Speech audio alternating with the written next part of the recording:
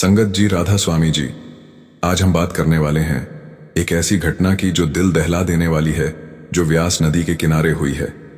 कल्पना कीजिए, एक युवक मात्र 23 साल का जो सेवा में लगा हुआ था, अचानक फिसल गया और तेज बहाव वाली नदी में समा गया। अभी तक उसकी कोई खबर नहीं मिली है। क्या हुआ होगा उसके साथ? क्या वह सुरक्षित है? चलिए, इस वीडियो में हम इस घटना की पूरी डिटेल्स जानेंगे। यह घटना न सिर्फ दुखद है, बल्कि हमें सीख भी देती है। दोस्तों, ब्यास नदी पंजाब की यह पवित्र नदी, जो सदियों से लोगों की आस्था का केंद्र रही है, आजकल फिर से सुर्खियों में है।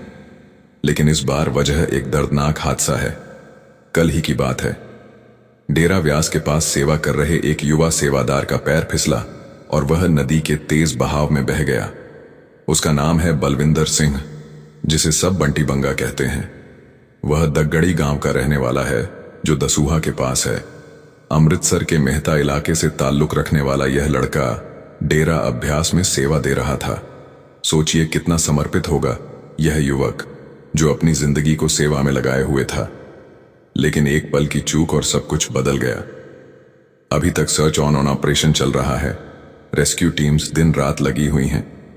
लेकिन नदी का पानी इतना उफान पर है कि खोजना मुश्किल हो गया है। परिवार वाले बेचैन हैं, संगत भी दुखी है।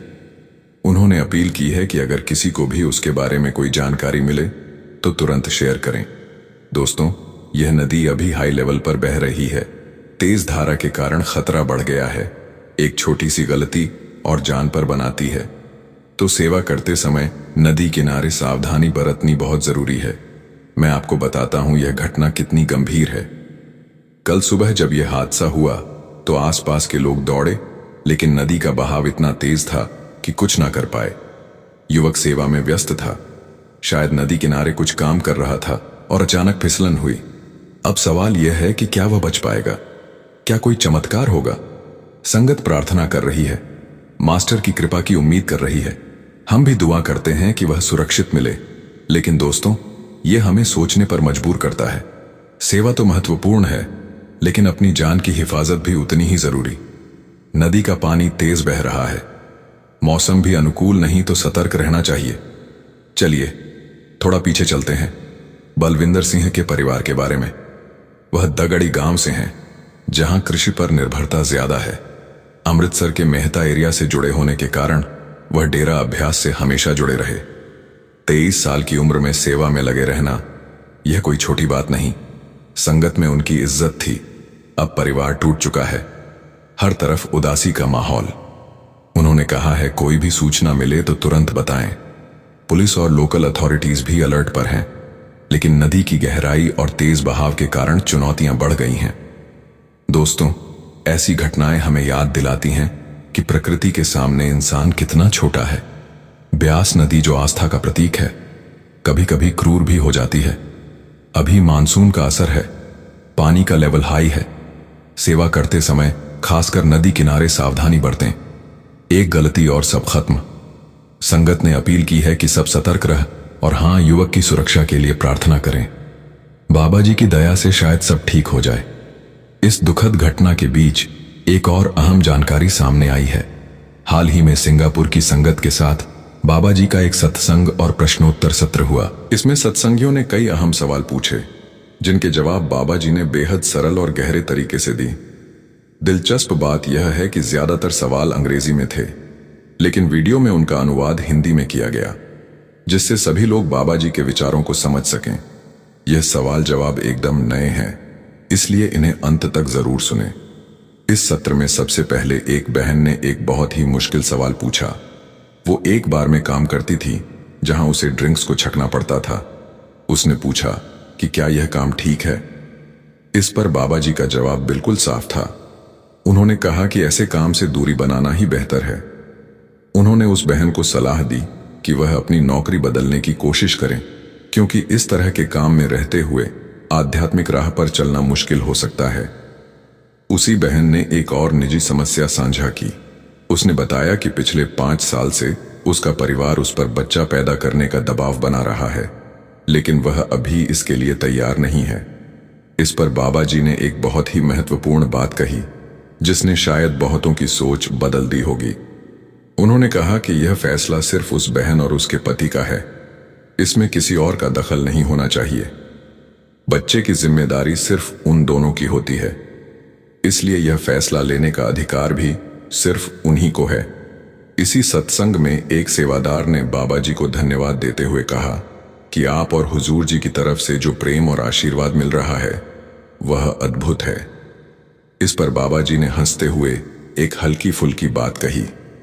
उन्होंने कहा कि लोग अक्सर छोटे को ज्यादा पसंद करते हैं, इसीलिए उन्हें ज्यादा याद रखा जाता है। उनका इशारा हुजूर जी की तरफ था, जिसने पूरे संगत में हंसी की लहर दौड़ा दी। एक और बहुत ही अहम सवाल ध्यान और अभ्यास को लेकर पूछा गया। एक सत्संगी ने पूछा कि क्या 5 मिनट का पूरी एकाग्रता वाला ध्यान बिना एकाग्रता के लंबे ध्यान से बेहतर है? बाबा जी ने बहुत ही गहराई से समझाया कि ध्यान की गुणवत्ता मायने रखती है, लेकिन हम खुद यह तय नहीं कर सकते कि हमारी गुणवत्ता कैसी है। उन्होंने कहा कि हमें बस आदेश का पालन करना है। हमें रोज 2.5 घंटे ध्यान में बैठना है, फिर चाहे हमारा मन लगे या ना लगे, एकाग्रता आए या ना आए, ये सब सद्गुरु की मेहर पर छोड़ देना चाहिए। इसी बात को समझाने के लिए उन्होंने एक बहुत ही मजेदार उदाहरण दिया। उन्होंने कहा कि अगर शाहरुख खान यहां आ जाए तो हर कोई उनके पीछे भागेगा, लेकिन जिस मालिक ने हमें सब कुछ दिया उसके लिए हमारे पास समय नहीं है। एक भाई ने अपनी समस्या बताई कि वह रोज 12 से 15 घंटे काम करता है, जिसकी वजह से वह अपने काम और आध्यात्मिक अभ्यास के बीच संतुलन नहीं बना पा रहा है। बाबा जी ने इस पर एक बहुत ही सटीक बात कही। उन्होंने कहा कि कोई भी व्यक्ति 8-9 घंटे से ज्यादा पूरी एकाग्रता के साथ काम नहीं कर सकता, उसके बाद तो मन भटकना ही शुरू कर देता है। उन्होंने आगे कहा कि कोई भी काम इतना महत्वपूर्ण नहीं है कि वह आपके बिना रुक जाए। उन्होंने पंडित जवाहरलाल नेहरू और इंदिरा गांधी का उदाहरण देते हुए कहा कि वह दोनों चले गए, लेकिन देश आज भी चल रहा है। दुनिया किसी के लिए नहीं रुकती, कोई भी इंसान अपरिहार्य नहीं होता। लंदन में पढ़ाई कर रहे एक युवा ने बाबा जी से मिलने की इच्छा जाहिर की और गर्मियों में वहां आने का अनुरोध किया। इस पर बाबा जी ने कहा कि कल युग में शिष्य गुरु के कहे पर चलने के बजाय उसे अपने पास बुलाते हैं। उन्होंने कहा कि यह सब तो मालिक की मर्जी पर निर्भर करता है। एक भाई ने इच्छा जताई कि उसे ऐसी सेवा मिले जहां वह बाबा जी के साथ मिलकर काम कर सके। इस पर बाबा जी ने कहा कि तुम 5 मिनट भी नहीं टिक पाओगे। उन्होंने समझाया कि असली सेवा तो भजन सिमरन ही है। एक और युवा ने कहा कि उसके पास कोई सवाल नहीं है, वह बस अपनी मां की इच्छा पूरी करने के लिए बाबा जी को देखने आया है। बाबा जी ने कहा कि रोज बाहर से देखना कुछ भी नहीं बदलता, असली ताकत तो अंदर से आती है। उन्होंने कहा कि बाहरी दर्शन का असर तो कुछ ही दिनों में खत्म हो जाता है, लेकिन अगर एक बार अंदर का दर्शन हो जाए तो वह हमेशा के लिए स्थायी हो जाता है। एक लड़की ने बाबा जी के कूल जूते की तारीफ की। इस पर बाबा जी ने मुस्कुराते हुए कहा कि वह पिछले 30 सालों से यही जूते पहन रहे हैं, जिसे सुनकर सब हंसने लगे। एक सत्संगी ने भालू के बच्चे का एक वीडियो देखकर सवाल पूछा। उस वीडियो में एक भालू का बच्चा पेड़ पर चढ़ रहा था और उसकी मां उसकी मदद नहीं कर रही थी। सत्संगी ने पूछा कि क्या मालिक भी हमें सिखाने के लिए ऐसा ही करते हैं? बाबा जी ने पहले तो मजाक में कहा कि तुमने मेरा लिंग क्यों बदल दिया, फिर समझाया कि अगर भालू पिता होता तो वह सीधे मदद करता, लेकिन मां धैर्य रखना सिखाती है। किसी ने बाबा जी को पिता जैसा बताया तो बाबा जी ने मजाकिया लहजे में कहा कि मैंने अपनी दाढ़ी तो अच्छी तरह से बनाई है, लेकिन फिर भी लोग मुझे पिता जैसा कहते हैं। यह वैसा ही है जैसे कोई महिला तैयार हो और कोई उसे कहे कि तुम मां जैसी लग रही हो। जीवन के दुखों पर बाबा जी ने कहा कि अगर जिंदगी आसान होती तो कोई भगवान को याद ही नहीं करता। मालिक अच्छी तरह से जानता है कि हमें क्या देना है। एक बहन थी जो लगातार बोल रही थी और सुन नहीं रही थी। इस पर बाबा जी ने मजाक में कहा कि भगवान बहनों में स्टॉप या शांति का बटन लगाना भूल गए हैं। उन्होंने हंसते हुए कहा कि जिनका नाम ही शांति होता है वह भी शांति से नहीं बैठती। इन सभी सत्संगों के बीच हैदराबाद में हुए एक सत्संग की भी बहुत चर्चा है। इसमें हुजूर जी ने संगत को एक बहुत ही बड़ा और अहम चैलेंज दिया। उन्होंने कहा कि अगले 30 दिनों तक आपको रोज 2 घंटे सिमरन और आधा घंटा भजन पूरे अनुशासन के साथ एक तय समय पर करना है।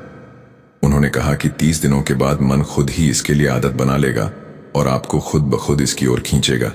उन्होंने जोर देकर कहा कि अगर आप अपनी 70-80 साल की जिंदगी में से 30 दिन भी नहीं दे सकते तो फिर आध्यात्मिक राह पर चलने का कोई मतलब नहीं है। हुजूर जी ने एक और बहुत ही महत्वपूर्ण बात कही जो आज के समय में हर किसी के लिए एक चेतावनी है। उन्होंने पारंपरिक 5 बुराइयों काम, क्रोध, लोभ, मोह, अहंकार के अलावा मोबाइल की लत को छठी बुराई बताया। उन्होंने कहा कि मोबाइल का इस्तेमाल सिर्फ जरूरत के हिसाब से ही करना चाहिए। उन्होंने बताया कि सुबह उठते ही मालिक का धन्यवाद करने के बजाय हम सबसे पहले अपना मोबाइल चेक करते हैं। यह आदत हमें भजन सिमरन से दूर करती है और मालिक से हमारा ध्यान हटाती है। यह सभी बातें सिर्फ प्रवचन नहीं बल्कि हमारे जीवन को सही दिशा में ले जाने वाले मार्गदर्शक हैं। आज जब हम एक युवा सेवादार के नदी में बह जाने की खबर से दुखी हैं तो इन सत्संगों की बातें हमें यह भी याद दिलाती हैं कि जीवन कितना अनमोल और क्षणभंगुर है। एक छोटी सी चूक भी हमें बहुत भारी पड़ सकती है, इसलिए हमें हमेशा सतर्क रहना चाहिए, चाहे वह शारीरिक सेवा हो या आध्यात्मिक अभ्यास। सद्गुरु का दिया हुआ आदेश और सत्संग में दी गई सलाह ही हमें इस भवसागर से पार लगा सकती है। संगत जी, आज के लिए इतना ही। अगर आपको इस वीडियो से कुछ नया जानने को मिला हो तो इस वीडियो को लाइक जरूर कीजिएगा और ऐसे ही और भी वीडियोस के लिए इस चैनल को सब्सक्राइब जरूर कर लीजिएगा। बाकी जाते जाते कमेंट में राधा स्वामी जी जरूर लिखिएगा। राधा स्वामी जी।